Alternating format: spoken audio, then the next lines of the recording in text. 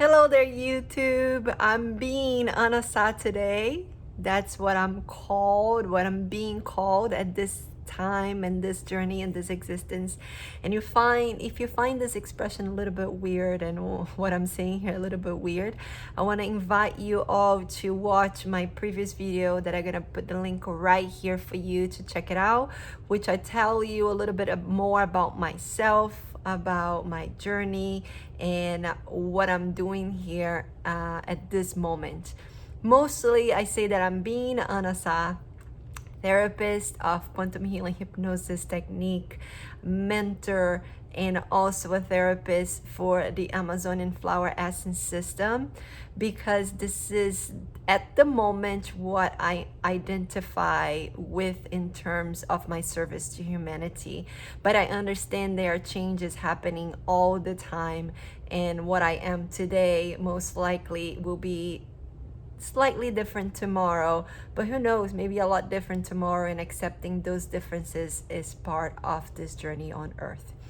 Anyways, today I want to talk to you about this idea of self-study, self-knowledge, getting to know yourself, what that means, and actually how are the ways, and I want to list at least 3 ways here of how can you get to know yourself a little bit more.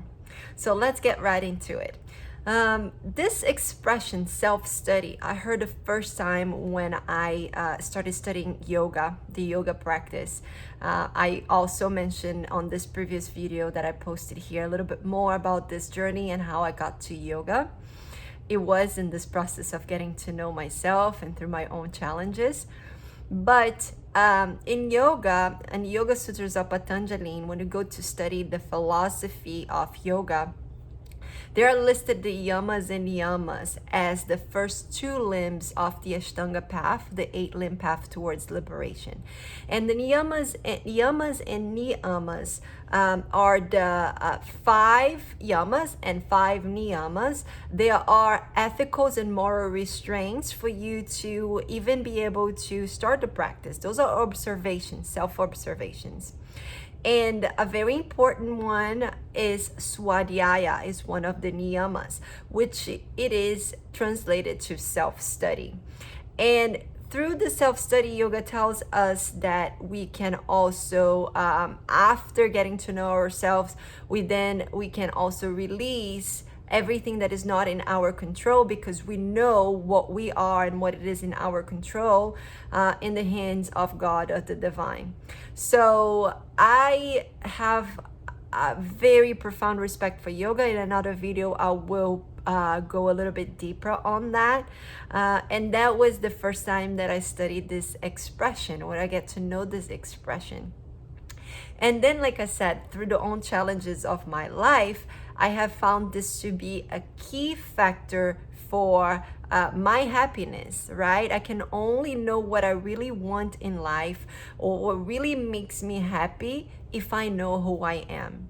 But we get confused oftentimes because we go along in our lifetimes thinking that what we like is what we see in others, is the perception that we have of the external environment, what we are fed through our education, through the things that we hear, through the things that we see. Mostly because we are highly engaged with our physical senses, our 5 physical senses, right?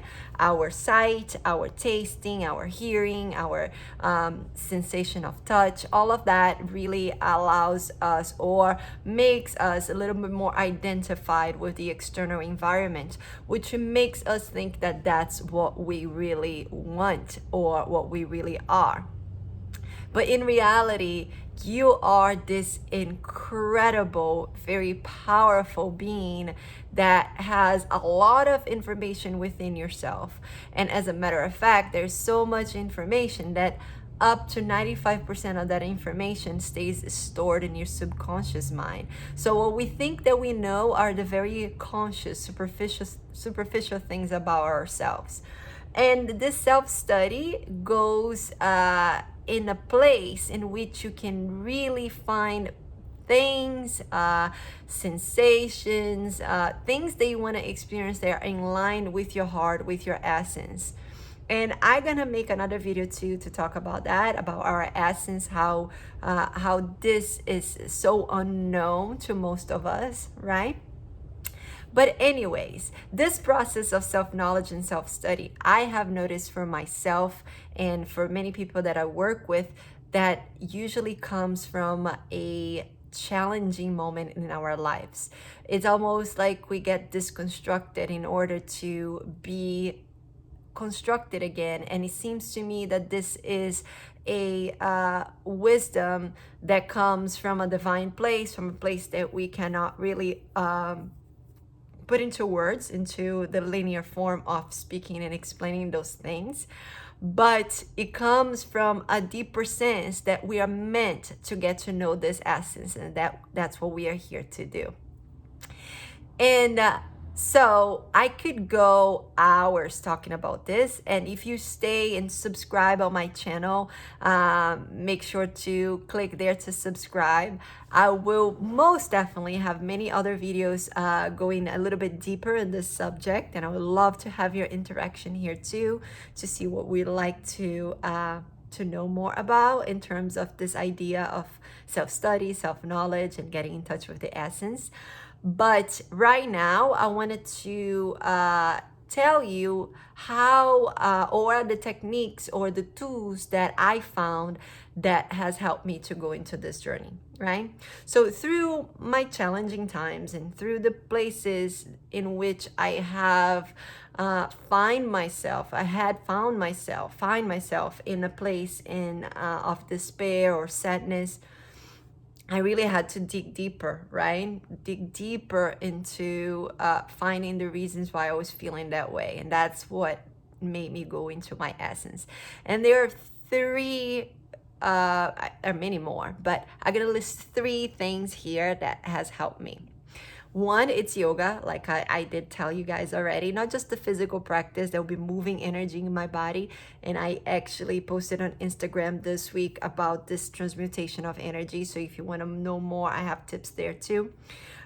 So yoga was big for me, physically speaking, because it was moving energy within, but also to touch into the philosophy, those expressions and the yamas and yamas and all the other aspects of the Ashtanga, the 8-limb path towards liberation that I was studying and putting into practice, helped me a lot. And within yoga, that is meditation. So meditation, the power to silence, to go into silence, to go within, to get in touch with yourself. If you're not able to even like listen to yourself, how are you going to be able to listen to everything else? So listen to yourself, spend time with you. So important. So yoga, within yoga, that is meditation, that is physical movement through the asanas. If you don't like yoga, there are many other things that you can do to move this energy within you. And this energy will allow you to go into places sometimes of awareness. And that's what I have found for myself, that as I exercise, there are so many downloads that are happening. So within this yoga, there is so much to be explored. And of course, I will also post here more about yoga as well. So yoga, it's the number one. Number two of the techniques and things that have helped me, journaling, writing down and taking out of my mind, of the field of the mind, and put into matter, into paper.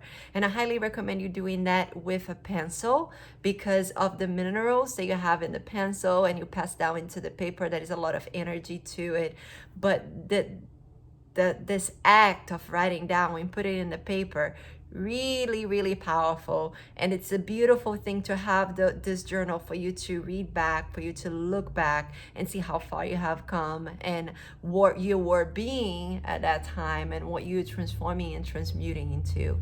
So journaling, and within that the journaling, that is also other aspects, like questions that you can question yourself, things that you can remember, that you can take from that storage bank of that up to 95% that it is unconscious in your subconscious mind, and bring into surface. Maybe your relationship with your mother when you're young, how was your childhood, things that you're probably not even thinking about anymore. but by remembering, a lot can come into the surface about what you are being right now at this time. And then the third one that has helped me a lot in the past 3 years has been hypnosis, especially this technique that I'm working with right now that it's called illuminated quantum healing, and quantum healing hypnosis technique. I have been trained on both. Some of you might be familiar with Dolores Cannon, that was the facilitator of quantum healing hypnosis technique. I studied her course, and then I deepened my studies with other techniques that also have as base hypnosis, the hypnosis work. But this work goes a little bit deeper than just the work of suggestions that regular hypnotherapy works with. It goes in a state in which you are allowed to open this door of the subconscious, but also you have access to this internal wisdom that we like to call your higher self, or the higher knowledge that lives within you.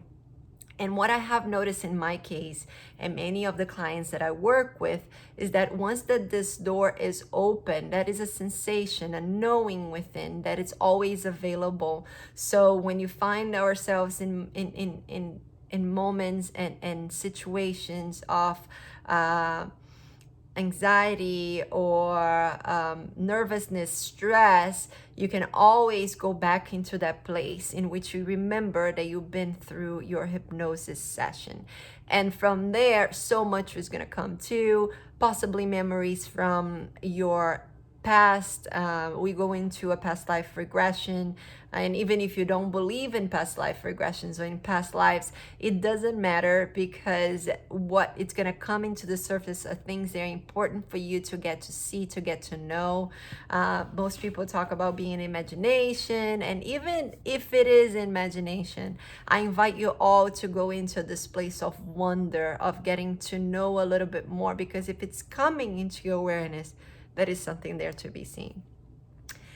Anyways, more will come on that subject as well. I will be soon sharing with you guys some of the highlights of my sessions, how many of the people that work with me have found clarity through this work. So stay tuned for more, and share if you like this video, share with your friends, share the channel, and I will be seeing you guys here soon.